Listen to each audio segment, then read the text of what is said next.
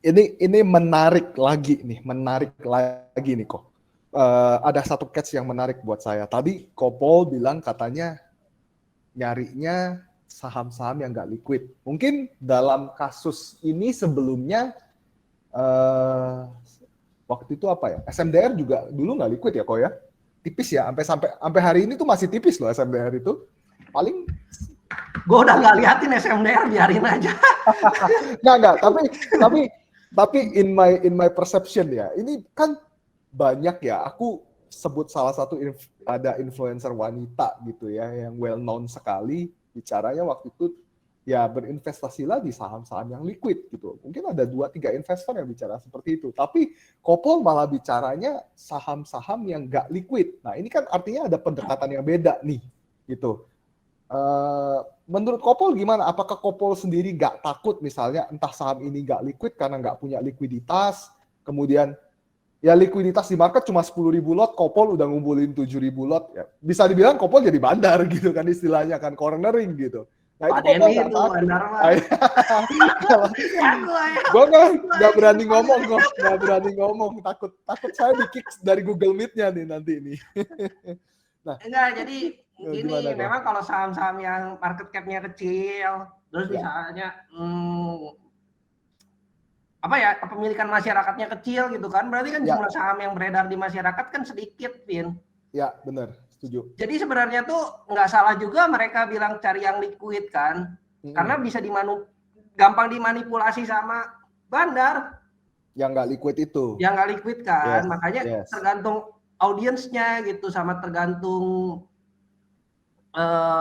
tergantung audiensnya juga kan. Misalnya kalau dia ngerekomendasiin, misalnya Ellen May gitu ngerekomendasiin saham-saham nggak liquid kan, tiba-tiba nggak sebut merek kok, nggak sebut merek aku. Ya, tiba-tiba di pump and dump kan dia harus mempertanggungjawabkan apa yang dia omongin kan, maksudnya. Ya kan, apalagi dia mungkin juga kalau gua nilai sih dia tuh masuknya ke lebih masuk ke, kalau ini ada investor, ada trader tuh dia masih lebih persentasenya tuh lebih banyak ke tradernya gitu. Tradernya ya. Ya dibanding ke investasinya tuh kayaknya dia lebih ke trader gitu. Iya. Cuman kalau misalnya, nah itu juga tergantung lagi ke masing-masing orang tuh mau ngabisin waktu di saham berapa banyak. Seberapa hobi gitu ya, dia utak-utak perusahaan gitu kan.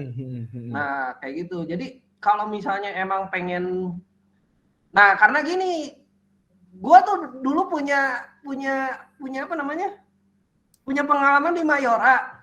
Ya. Gua tuh dulu beli Mayora tuh karena mau beli Unilever mahal. Dan dulu maunya beli Unilever. Zaman segitu berapa ya kok? Ya tetap aja udah mahal Unilever. Udah mahal ya? Iya, jadi belinya Mayora. Udah gua lihat-lihat tuh, gua tuh kan beli juga BCA tuh ya. BCA kan ada bos lu nggak di sini nih? Pak Denny nungguin tuh. Ada siapa? Sorry.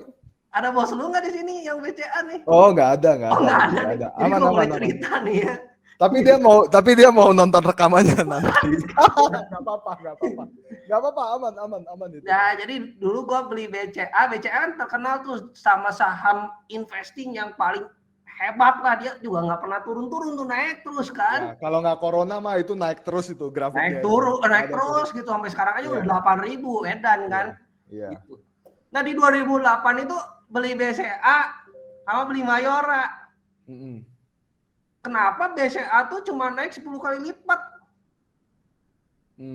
Kalau Mayora tuh bisa naiknya sampai 60 kali lipat.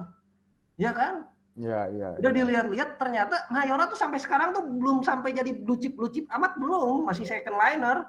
Iya, benar. Mayora masih second liner itu. Masih second liner. Liner bahkan. Berarti dia tuh kan small company gitu kan. Nah, dari situ kan ketemu sama si gue tuh nyari kenapa ini bisa gini, terus jadi ketemu sama Peter Lynch itu. Kata Peter Lynch kan cari yang small cap tapi yang nantinya bisa jadi big caps gitu. Nah makanya gue cari tuh ilmunya, oh berarti pakai ilmu Peter Lynch nih. Jadi kalau Peter Lynch itu investasinya tuh di artis-artis belum terkenal.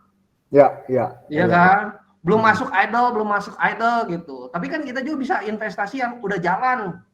Misalnya artis yang udah terkenal nih kita invest bisa, atau artis yang belum terkenal nih mau kita orbitkan bisa kan. Tapi begitu dia orbit kan keuntungannya lebih gede kayak gitu. Kurang lebih gitu. Kita bisa push kontraknya lah istilahnya ke artis yang belum terkenal. Iya kan, gitu nanti ya. Begitu dia jadi terkenal kan, wah itu kan kita cuannya kontraknya tinggi. Dari awalnya kalau terkenal kita kontrak sama dia mesti bagi hasil 5% misalnya gitu. Karena nggak terkenal 20%. Begitu dia terkenal kita dapat 20%-nya. Terus ada kemungkinan ini yang udah terkenal, ini yang belum terkenal tuh bisa jadi yang ini lebih terkenal nanti kan. Oh, iya. Iya kan? Sampai dia nggak lebih terkenal pun kita udah untung gitu maksud saya. Iya. Iya kan? Kebayang. Gitu. Jadi kayak gitu. Memang effortnya harus lebih gede ya gitu. Kecuali dapatan bisikan-bisikan gitu dan percaya benar-benar sama orangnya ya boleh-boleh aja. Iya. Ada tuh waktu itu tuh orangnya nggak ada di sini sih. Dapat bisikan DMMX dari 250, tapi saya nggak sebut merek. Ini kalau kita lanjutkan masih panjang nih. Tadi si Kevin. Gue udah siap tidur malam si Kevin. Tadi. Takutnya pada ngantuk. Kita mungkin setengah jam lagi kali ya, Koy ya. Jam 21.30. Nah, kalau kita ngobrol-ngobrol berdua aja sih sampai jam berapa aja jabarin kok. Namanya ilmu belajar kan. Nah, oke. Aku mungkin langsung ke beberapa pertanyaan aja ya yang ada di sini ya, Koy ya. Ada yang nanya gini, tanggapan Kopol untuk nabung saham itu seperti apa kok? Bagus ya. Bagus. Tergantung misalnya lu punya waktu berapa lama. Sebenarnya nabung saham tuh salah satu investasi yang aman, terus bagus untuk pemula. Jadi kita tuh psikologisnya nggak terganggu sama volatilitas harga saham. Karena sistemnya dollar cost averaging. BCA beli ya buat awal latihan mental tuh ya gitu beli. The end of the day ya naik. Saya sempat ngitung tuh 2020 kalau kita 2020 kalau nggak salah ya. 2020 walaupun Covid kalau kita nabung itu BRI sama BBCA masih ngasih kita 17% at the end of 2020. Iya, kalau DCA ya. Selama dia bikin U-curve, ya pasti untung. Pasti untung, benar. Gitu. Jadi kalau lu nggak punya waktu, nggak punya analisa, nggak bisa analisa fundamental, beli aja blue chip yang berfundamental bagus. Terus nabung saham, udah paling bener. Dan gainnya lebih tinggi dari reksadana harusnya. Ya, setuju. BBCA aja tuh average-nya sebenarnya sekitar 12-17% kalau aku hitung kok. Dia tahun 2017 tuh untuk harga yang udah di stock split itu 2.850.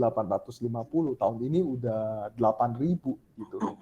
Artinya udah hampir 2 bagger kan ya. Dalam waktu 5-6 tahun gitu kan. Berarti benar-benar like invest. Nah, terus ditahan 10 tahun juga pasti baggernya. Iya, BBCA kok. Iya kan? Iya kan?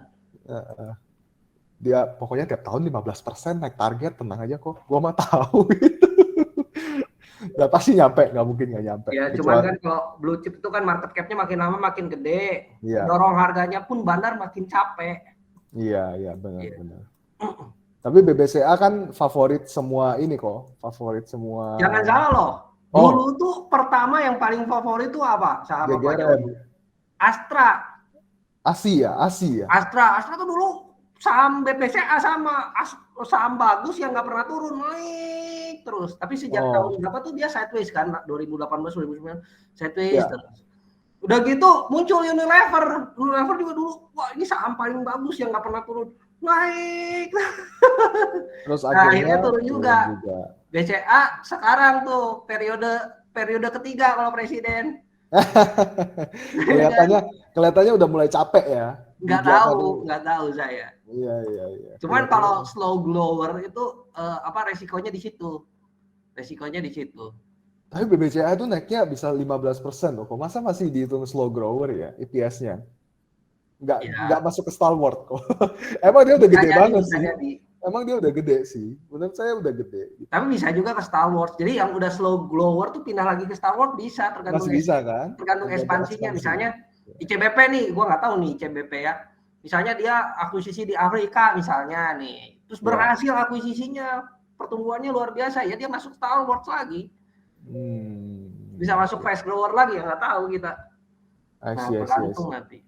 Ya, mudah-mudahan sih. Cuman kalau lihat dari IPS-nya kemarin kan BBCA kalah sama BBRI. Iya, kan? BBCA kalah sama BBRI. Sedangkan market cap-nya BBRI lebih kecil. Iya. Ya kan, ngapain pakai BBCA? Udah gitu bagi dividennya gede lagi. Iya kan? Karena negara perlu duit. Jadi kalau BUMN kayak perbankan, Telkom tuh pasti bagi dividen, duitnya dari situ APBN. Iya, benar. Oke.